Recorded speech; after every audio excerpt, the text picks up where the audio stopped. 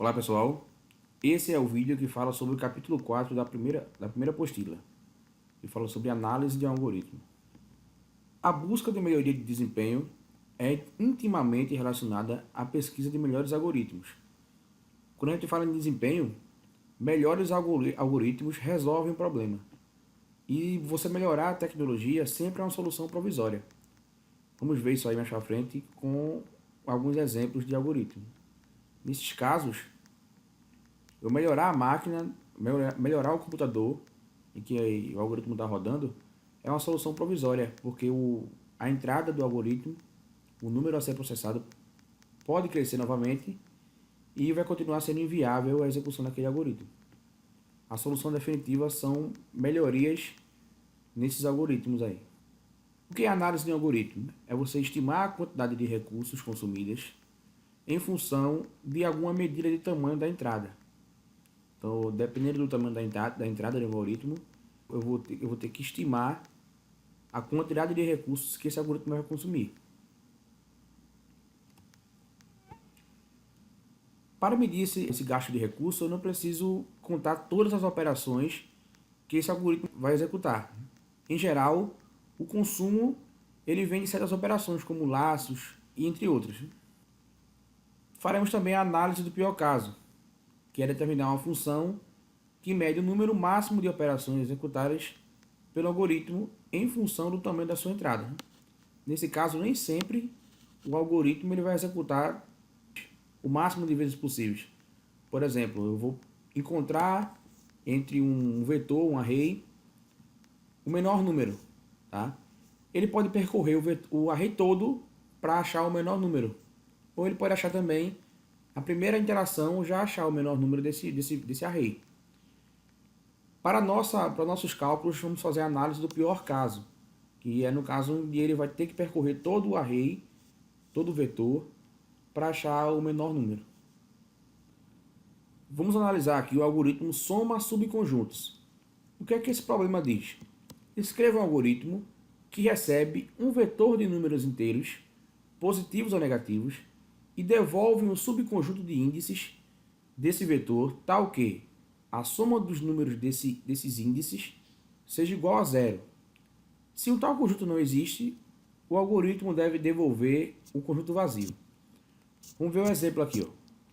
Para o vetor, esse vetor A, onde tem menos 4, menos 1, 6, menos 1 e 2, o subconjunto de índices 2, 4 e 5 produz uma soma igual a zero.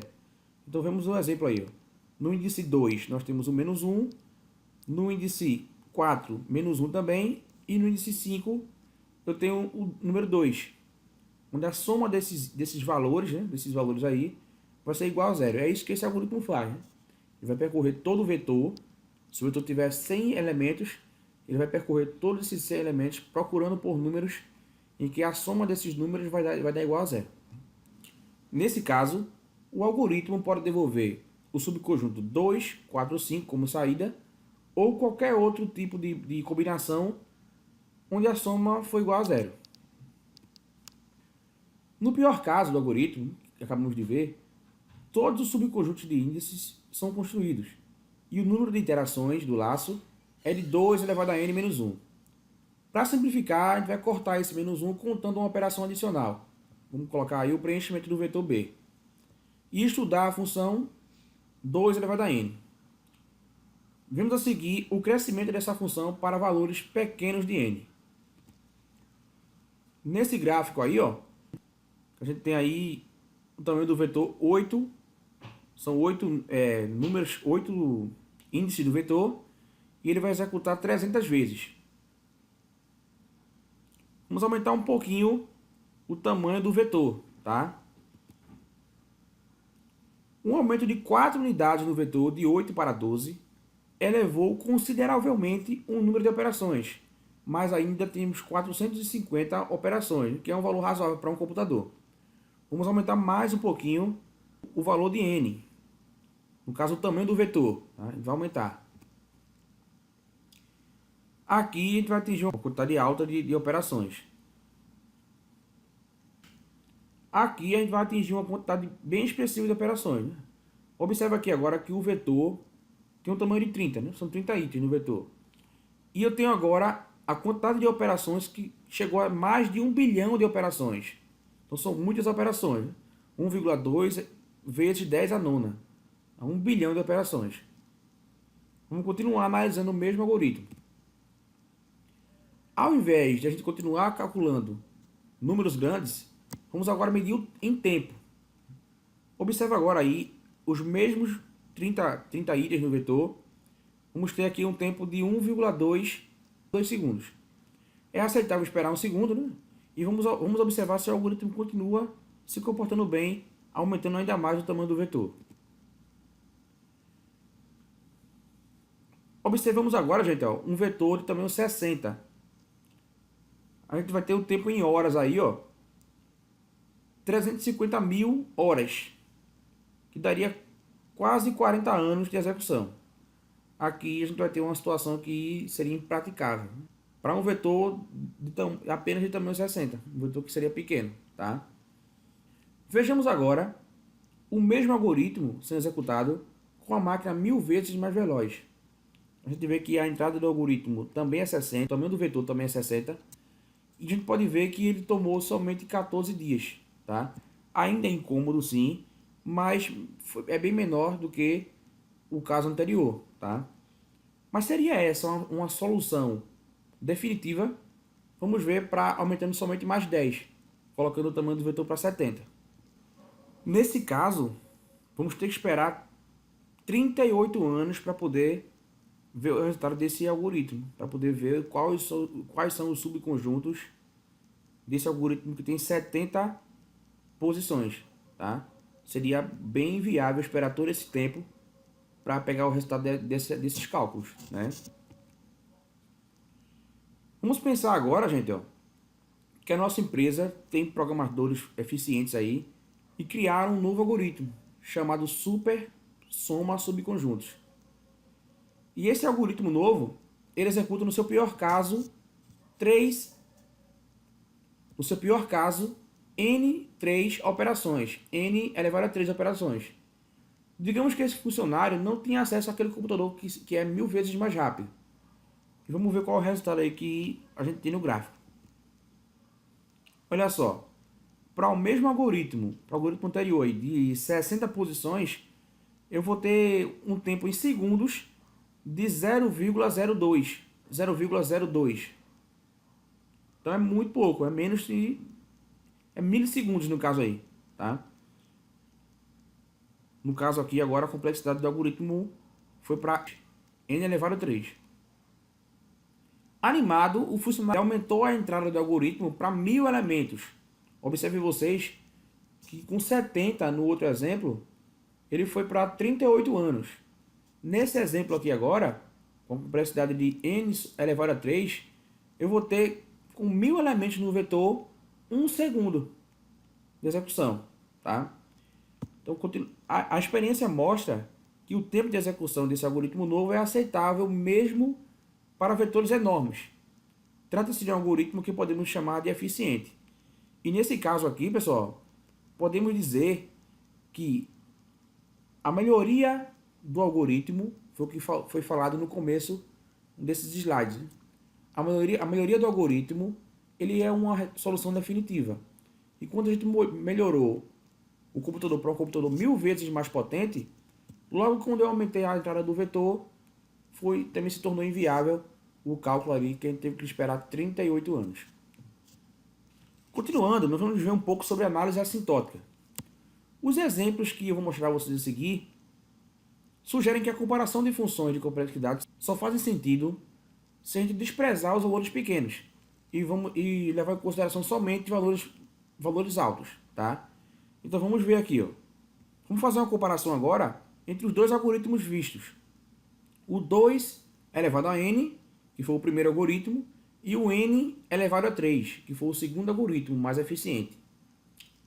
Podemos ver aqui que para vetores de tamanho até 8, o algoritmo que foi mais eficiente no exemplo anterior, ele agora está perdendo, tendo maior número de operações para o valor de 8 aqui, tá? Então, quando o tamanho do vetor é 8, eu tenho 500 operações para n elevado a 3 e tenho somente aqui, ó, 300 operações para o vetor, para o algoritmo onde tem 2 elevado a n. A gente pode ver aqui agora que quando eu cresço um pouco mais o vetor, o tamanho do vetor, podemos ver que o algoritmo n elevado a 3, ele fica mais eficiente conforme o vetor aumenta de tamanho, tá? Logo, quando o vetor tem tamanho 10, eu consigo ali, ó, ultrapassar, eu consigo ver que o algoritmo 2 elevado a n, que é o traço mais escuro, a reta mais escura, ela vai subir bastante ali o número de operações para vetores do tamanho 12, onde n sobre 3 tem um número de operações bem menor, tá? Então ele vai fazer menos operações para esse vetor de tamanho 12, quando o algoritmo 2 elevado a n vai fazer mais operações. Isso simplifica, isso exemplifica o fato de eu falar que eu só consigo fazer análise bem feita para valores maiores de entrada, tá? Para algoritmos maiores.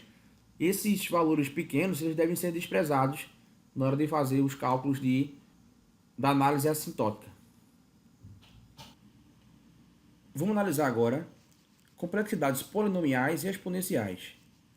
Dizemos que a complexidade polinomial ela é aceitável, mas a complexidade exponencial ela é inviável. Vejamos o porquê. Aqui nessa tabela eu tenho, exemplificando, o tamanho do problema, como por exemplo o tamanho de um vetor qualquer, e eu tenho também aqui a complexidade do algoritmo. E quanto em segundos cada algoritmo desse aí, cada vetor, né, cada problema, ele ia levar para executar, tá? Eu tenho aqui para n, se o vetor for de tamanho 10, 0,001 segundo. 0,001 segundo. E assim por diante aqui, né? Então tem um crescimento linear, nesse caso aqui, para vetores, para problemas de tamanho 60, eu teria 0,006 segundos. Eu tenho aqui agora um problema de complexidade, um algoritmo de complexidade n elevado a 2, tá? Já teria aqui também um crescimento maior, mas também não teria muito problema em esperar 0,0036 segundos. Seria pouco também, 0,00036 segundos. Seria pouco, tá? Eu teria um outro algoritmo aqui de complexidade um pouco maior, n elevado a 5. E eu teria aqui, para vetores do tamanho 60, 0,08 segundos, tá? Arredondando, que ainda seria pouco. Mas observem agora os algoritmos de complexidade exponenciais. Algoritmo de complexidade exponencial, onde o tamanho da sua entrada, o tamanho do problema, o tamanho do vetor, vai ser o valor da potência. É o que a gente chama de exponenciais.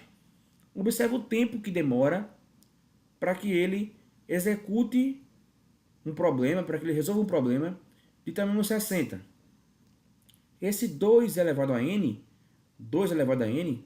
eu tenho aqui 357 anos para executar esse algoritmo, tá? Fazendo os cálculos aqui. E o algoritmo 3 elevado a n, eu teria 2,28 vezes 10 elevado a 9 séculos para executar esse algoritmo de tamanho 60, para um vetor de tamanho 60. Então seria muito tempo, é por isso que a gente fala que algoritmos de complexidade exponenciais, eles são inviáveis, O seu processamento, o seu cálculo é inviável, o seu uso é inviável. E é isso, pessoal. Espero que tenha aproveitado e forte abraço.